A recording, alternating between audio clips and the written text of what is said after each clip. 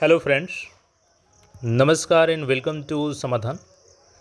साथियों, उम्मीद है कि आप सब अच्छे होंगे और साथ ही साथ आपकी स्टडी भी अच्छे से चल रही होगी। बीएसएससी बिहार कर्मचारी चयन आयोग और बिहार कर्मचारी चयन आयोग में CGL 4, BSO 10+2 ये 3 बड़े एग्ज़ाम हो गए। इसके अलावा आपका स्टेनोग्राफर का है, फील्ड असिस्टेंट का मेंस है। इन तमाम परीक्षाओं को लेकर के अभ्यर्थियों की तरफ से आयोग पे एक्सट्रीम प्रेशर है और प्रेशर होने के कारण है क्योंकि 3-3 साल से ये फॉर्म भरवाए हैं। 10+2 का 2023 में ही फॉर्म भरवाए थे और तब से अब तक कुछ खास इसमें ये लोग एग्ज़ाम को लेकर के नहीं कर पाए। हाँ, किए हैं तो बस फॉर्म रीओपनिंग को लेकर के बार बार फॉर्म रीओपन हुआ, कई बार फॉर्म भरवाया गया और आंकड़ा 10+2 में पहुँच गया 36 लाख प्लस आवेदन का। लेकिन यहाँ पे आप सभी के लिए जो एक्सट्रीम प्रेशर आप सबने बना कर रखा है, तो गुड न्यूज़ आप सबके लिए है कि भाई कई सारे यहाँ पे डेवलपमेंट्स हुए हैं जो आपके एग्ज़ाम से रिलेटेड हैं और कई अधिकारियों के साथ लगातार बैठक चल रही है। अभी हाल फिलहाल में जो बैठक संपन्न हुई है वो सभी जिला अधिकारियों के साथ जो भी अलग अलग डिस्ट्रिक्ट के हैं उनके साथ बैठक संपन्न हुई है। तो इसमें क्या कुछ डेवलपमेंट हुआ है आपके एग्ज़ाम को लेकर के ये चीज़ जानेंगे। और देखिए, इसका मतलब ये बिल्कुल नहीं है कि महाआंदोलन नहीं होगा, नहीं नहीं नहीं, ये आप गलती मत समझिएगा। ये डेवलपमेंट हम आपको इसलिए बता रहे हैं कि देखिए, महाआंदोलन के साथ चूँकि सक्सेस लेने के लिए बिहार में क्या ज़रूरी है, आप तैयारी करते हैं तो उसके साथ में आपको अपने हक़ के लिए लड़ना भी पड़ता है। लेकिन हक़ के लिए लड़ाई लड़ रहे हैं, उस बीच आपकी पढ़ाई ना छूट जाए, पढ़ाई को आप साइड ना कर दें, इसलिए आपको मोटिवेट रखना भी ज़रूरी है, सही जानकारी भी देना आपको ज़रूरी है। तो इसका मतलब कहीं भी आप लोग ये मत निकालिएगा कि आंदोलन नहीं होगा, नहीं होगा।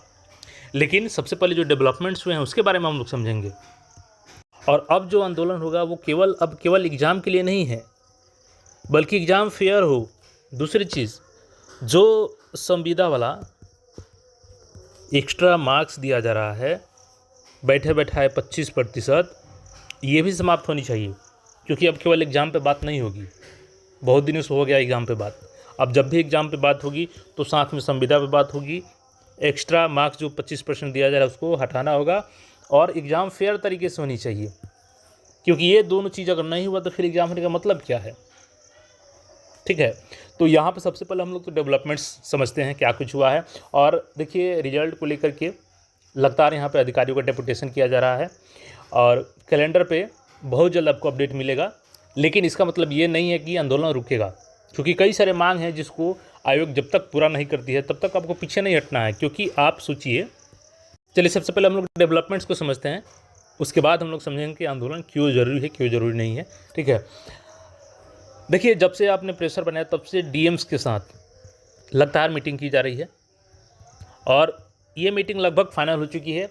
और इसमें सभी जिला अधिकारियों को निर्देश दिया गया है कि सबसे पहले तो आप अपने ज़िले में कितने ऐसे गवर्नमेंट स्कूल है, सबसे ज़्यादा प्रायोरिटी किसको दिया जा रहा है, तो गवर्नमेंट स्कूल को, गवर्नमेंट कॉलेज को। कारण क्या है कि जो गवर्नमेंट स्कूल हैं उस पर डायरेक्ट नियंत्रण किसका होता है, तो गवर्नमेंट का होता है। अगर उसमें कुछ भी गड़बड़ी होती है, पेपर लीक चाहे कुछ भी, तो सरकार डायरेक्ट उन पर एक्शन ले सकती है और कर्मचारियों का एक अपना प्रेशर रहेगा उनके ऊपर कि हमें हर हाल में एग्ज़ाम को फेयर तरीके से करवाना होगा। और वहीं तो वो उनके अंडर में काम करते हैं, सरकार डायरेक्टली उन पर नकेल कस सकती है। तो यहाँ पे आदेश दिया गया कि सबसे पहले आप सूची उपलब्ध कराइए कि जितने भी ज़िले हैं, 38 ज़िले, उसमें अगर एक शिफ्ट में कितने मैक्सिमम छात्र एकोमोडेट हो सकते हैं और जितने छात्र एकोमोडेट होंगे उसी के अनुसार ये तय किया जाएगा। जैसे कि बीएसओ में सबसे कम छात्र हैं तो इनका तो लगभग चांस है कि एक ही शिफ्ट में हो जाएगा एग्ज़ाम इनका, एक ही दिन में। उसके आधार पे CGL 4, चूँकि CGL 4 का तो अभी रीओपन भी होना है, लेकिन अभी 13 लाख आवेदन है, तो मान के चलिए कि 20 लाख का आंकड़ा जाएगा। तो इसके आधार पर तय किया जाएगा कि कितने शिफ्टों में एग्ज़ाम हो सकती है। इसके अलावा आपका जो 10+2 है ये तय किया जाएगा कितने शिफ्ट में हो सकती है। अभी जो 12 शिफ्ट वाला हाल फिलहाल में चर्चा में आया था वो पता नहीं कैसे आया था, लेकिन मुझे जहाँ तक लगता है कि जो पिछले साल 2025 में वायरल हुआ था 8 शिफ्ट वाला, तो उस समय 24 से 25 लाख आवेदन था। तो मैं भी उसी के आधार पर ये लोग गणित लगाए होंगे और अपना बता रहे होंगे। लेकिन अभी शिफ्ट की चर्चा नहीं हुई, क्योंकि सबसे पहले तो सेंटर का लिस्ट मंगवाया जा रहा है और ये सेंटर की लिस्ट उम्मीद है कि 5 से 6 दिनों में उपलब्ध हो सकता है बीएसएससी को। और उसके आधार पर तय होगा कि कौन सा एग्जाम कितने शिफ्टों में हो सकता है। फिर उसके अनुसार डेट को लेकर के लेटर लिखा जाएगा कि किस डेट में सेंटर हमको चाहिए किस एग्ज़ाम के लिए। देखिए, अब सवाल है कि क्या 14 को जो अल्टीमेटम दिया गया उससे पहले यहाँ पे कुछ आयोग अपडेट करेगा कैलेंडर को लेकर के, तो इसका जवाब है नहीं। ठीक है, अब समझिएगा क्यों, क्योंकि अभी तो इनके पास ये क्षमता का आएगा कि कितने क्षमता है एक दिन में एग्ज़ाम कराने के लिए पूरे बिहार के सेंटर में, जिसपे कि फेयर तरीके से एग्ज़ाम हो सके। ठीक है, तो 14 के पहले तो कुछ नहीं आने जा रहा है। लेकिन अभी देखिएगा तो आयोग दो चीज़ कर रही है, तो कैलेंडर पे काम कर रही है और दूसरा चीज़ एक रिजल्ट पे काम कर रही है। और देखिएगा लगातार डेपुटेशन किया जा रहा है। अभी यहाँ पे आपको बता दें कि 14 अधिकारियों का डेपुटेशन किया गया है। यहाँ पे पूरी लिस्ट दे सकते हैं, जिसमें 700 आपको सेक्शन ऑफिसर हैं और 7 आपके असिस्टेंट सेक्शन ऑफिसर हैं। ठीक है, ASO हैं, और इनको डेपुटेशन किया गया है। और चूँकि लगातार आयोग का प्रेशर है, इसलिए आयोग कोशिश कर रही है कि 20 जुलाई के पहले आपको देखिएगा एक रिजल्ट आपको देखने को मिल जाएगा, जैसी हमारी सूचनाएं प्राप्त हो रही है। और वो रिजल्ट होगा आपका परिचारी का रिजल्ट ये लोग 20 जुलाई के पहले हर हाल में देने के लिए कोशिश कर रहे हैं, ताकि छात्रों के बीच एक लोग मैसेज दे सके कि हम लोग काम कर रहे हैं। और देखिएगा जब रिजल्ट आएगा तो खुद आप कमेंट करके बताइएगा कि हाँ सर आपने बताया था। और देखिए कल ही इनका डेपुटेशन किया गया है 9/7/2026। तो जो भी इन्फॉर्मेशन होता है हमारे पास वो आपको प्रोवाइड करने का प्रयास करते हैं। अब यहाँ पे चूँकि सेंटर को लेकर के लेटर लिखा गया है कि कौन कौन से एक दिन में कितने एग्ज़ाम हो सकते, कितने अभ्यर्थियों का एग्ज़ाम लिया जा सकता है, उसी के आधार पर आपका तय होगा कि कब आपका एग्ज़ाम होगा और कितने शिफ्ट में कौन सा एग्ज़ाम होगा। अब हमारी सबसे बड़ी मांग ये है, और आंदोलन जो 14 को होगा, बिल्कुल हम सबका सपोर्ट है, उसका आंदोलन होना चाहिए। हालांकि थोड़ा सा उसमें कमी ये है कि लोग 2 गुटों में बट गए हैं। छात्र नेताओं की 2 गुट हो चुकी है, दिलीप जी का अलग गुट हो गया है, अमन जी और सौरभ जी का अलग गुट हो गया है।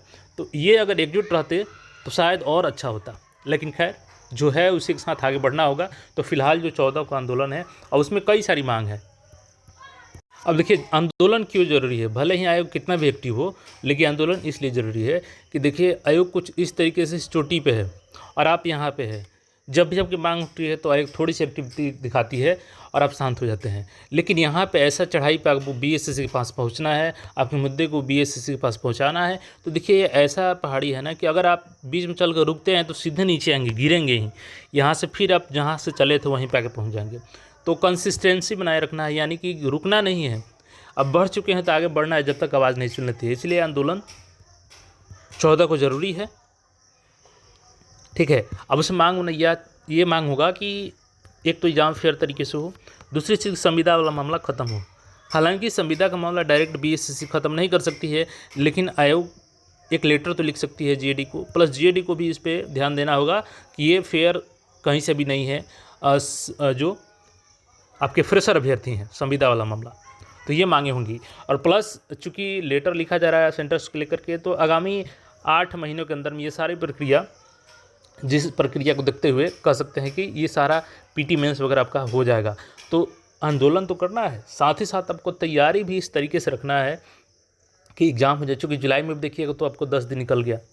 ठीक है, तो समय निकलते देरी नहीं लग रहा है, और आप तैयारी नहीं करेंगे इसके साथ में तो कुछ नहीं हो पाएगा आपका। इसलिए आंदोलन भी ज़रूरी है, साथ ही साथ आपका तैयारी भी ज़रूरी है, क्योंकि कंपटीशन काफ़ी टफ होगा और उसमें आपकी तैयारी मजबूत होनी चाहिए। और वो तभी होगा जब लगातार आप कंसिस्टेंसी के साथ पढ़ाई करेंगे, लगातार जो चीज़ें पढ़ रहे हैं उसको रिवीजन करेंगे। तो ये डेवलपमेंट्स कुछ है कि रिजल्ट्स 20 से पहले आपका परिचारी का जारी कर दिया जाएगा, और एग्ज़ाम पे कुछ ना कुछ अपडेट आपको 20 तक में भी चांस है कि आयोग दे देगी। हालांकि 14 के पहले तो बिल्कुल अभी कुछ पॉसिबल नहीं है एग्ज़ाम डेट देना, लेकिन 14 को जो आंदोलन है आप सभी को मजबूती के साथ उस आंदोलन में खड़े रहना है। बाकी आपका इस पे जो भी राय है कमेंट करके बता सकते हैं। मिलते हैं फिर नए अपडेट में। चैनल को सब्सक्राइब करके जुड़े रहें। धन्यवाद।